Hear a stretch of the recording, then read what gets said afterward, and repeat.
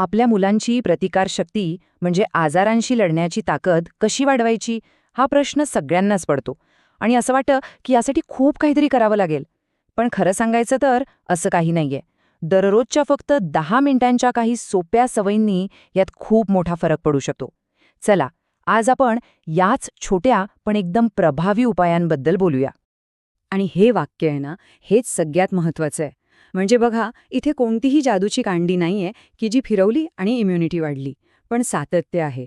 जसं आपण रोज एक एक वीट रचून एक मजबूत घर बांधतो ना, तसंच दररोज केलेले हे छोटे छोटे प्रयत्न मुलांच्या आरोग्याचा एक भक्कम पाया तयार करतात. तर मग चला पाहूया, या पायातली पहिली वीट कोणती आहे. तर आपण अशा काही सवयी पाहणार आहोत ज्यांना दिवसातले फक्त काही मिनिटं लागतील, पण त्यांचा परिणाम मात्र आयुष्यभरासाठी असेल. सुरुवात करूया आपल्या पहिल्या सवयीने. आपली पहिली सवय दिवसाची सुरुवातच इतकी उत्साहाने आणि ऊर्जेने करते की बस. आणि ही एकटी सवय नाहीये, ही एक जोड सवय आहे. यात सकाळचा कोवळा सूर्यप्रकाश आहे आणि सोबत थोडा हलका फुलका व्यायाम. दिवसाची सुरुवात एका अगदी सोप्या आणि मजेदार गोष्टीने करायची. मुलांना सकाळी साधारण 7 ते 9च्या दरम्यानचं जे कोवळं ऊन असतं ना, त्यात फक्त 10 मिनिटं खेळायला पाठवायचं. या वेळेचं ऊन जास्त लागत नाही आणि त्यांच्या त्वचेसाठी एकदम परफेक्ट असतं. आता या 10 मिनिटांचा फायदा काय? तो तर खूप मोठा आहे. या खेळण्यामुळे मुलांच्या शरीराला नैसर्गिकरित्या व्हिटॅमिन डी मिळतं. आता व्हिटॅमिन डी हे हाडांसाठी तर महत्त्वाचं आहेच, पण ते रोगप्रतिकारशक्ती वाढवण्यासाठीही खूप गरजेचं आहे. म्हणजे बघा, उपाय 1 आणि फायदे 2. सूर्यप्रकाशानंतर त्याच वेळेत एक 5 ते 10 मिनिटांचा हलका व्यायाम किंवा सोपी योगासनं मुलांच्या दिवसाला एक मस्त सुरुवात देऊ शकतात. त्यांना काही फार अवघड करायला सांगायचं नाहीये, फक्त शरीराला थोडीशी हालचाल करायला लावायची आहे. उदाहरणार्थ ताडासन किंवा फुलपाखरासारखं मजेदार असं फुलपाखरू आसन. आणि काहीच नाही तर 5 मिनिटे जागेवर पळायला किंवा उड्या मारायला सांगा.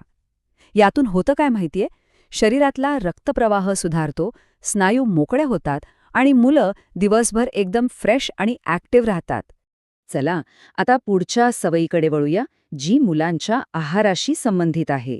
आणि इथेही आपल्याला फार मोठे बदल करायचे नाहीत. फक्त काही छोट्या पण महत्त्वाच्या गोष्टी आहारात समाविष्ट करायच्या आहेत. इम्युनिटी वाढवणारे एक पेय जे तयार करायला फक्त 2 मिनिटं लागतात.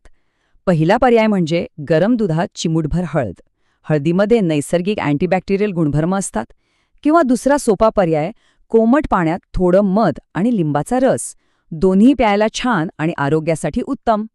पण थांबा, इथे खूप खूप महत्वाची गोष्ट लक्षात ठेवायची आहे. 1 वर्षापेक्षा कमी वयाच्या बाळांना मध अजिबात द्यायचं नाही. त्यांच्यासाठी ते सुरक्षित नसतं.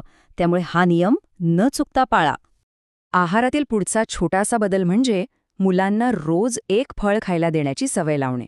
कोणतंही एक मोसमी फळ, पण रोज.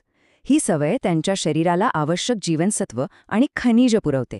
सफरचंद, संत्री, पेरू किंवा डाळिंब यांसारखी फळं तर उत्तमच आहेत.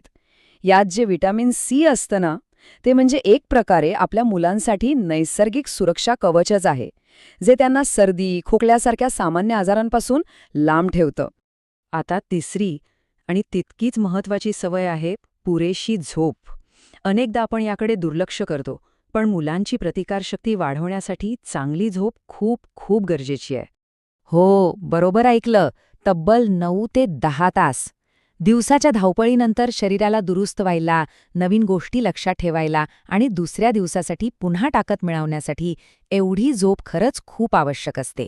विशेषतः 7 ते 10 वर्षांच्या मुलांसाठी दररोज रात्री 9 ते 10 तासांची शांत झोप खूपच महत्त्वाची आहे. कारण शांत झोपेतच आपलं शरीर इम्यून सेल्स म्हणजे रोगप्रतिकारक पेशी तयार करतं. या पेशी म्हणजे आपल्या शरीराचे सैनिकच आहेत, जे बाहेरून येणाऱ्या जंतूंशी लढतात. झोप कमी झाली तर या सैनिकांची संख्या कमी होते आणि मुलं लवकर आजारी पडायला लागतात. आणि आता आपण शेवटच्या टप्प्यात आलो आहोत, जिथे आपण काही मूलभूत आणि महत्त्वाचे नियम पाहणार आहोत. हे नियम म्हणजे आपण आत्तापर्यंत पाहिलेल्या सगळ्या सवयींचा पाया आहेत. हे 3 एकदम सोपे पण खूप महत्त्वाचे नियम आहेत. पहिलं, जंक फूड कमी करणे, कारण त्यातून पोषण मिळत नाही. दुसरं, बाहेरून आल्यावर आणि जेवणाआधी हात स्वच्छ धुणे, कारण अनेक जंतू हातांवाटेच पोटात जातात. आणि तिसरं, दिवसभरात पुरेसं पाणी पिणे. पाणी शरीरातली सगळी घाण बाहेर काढायला मदत करतं. या 3 सवयी म्हणजे आरोग्याचा मूळ आधारच आहेत. म्हणजे सार काय? तर ह्या सगळ्या सवयी अगदी लहान आहेत, सोप्या आहेत आणि दिवसातला खूप कमी वेळ घेतात.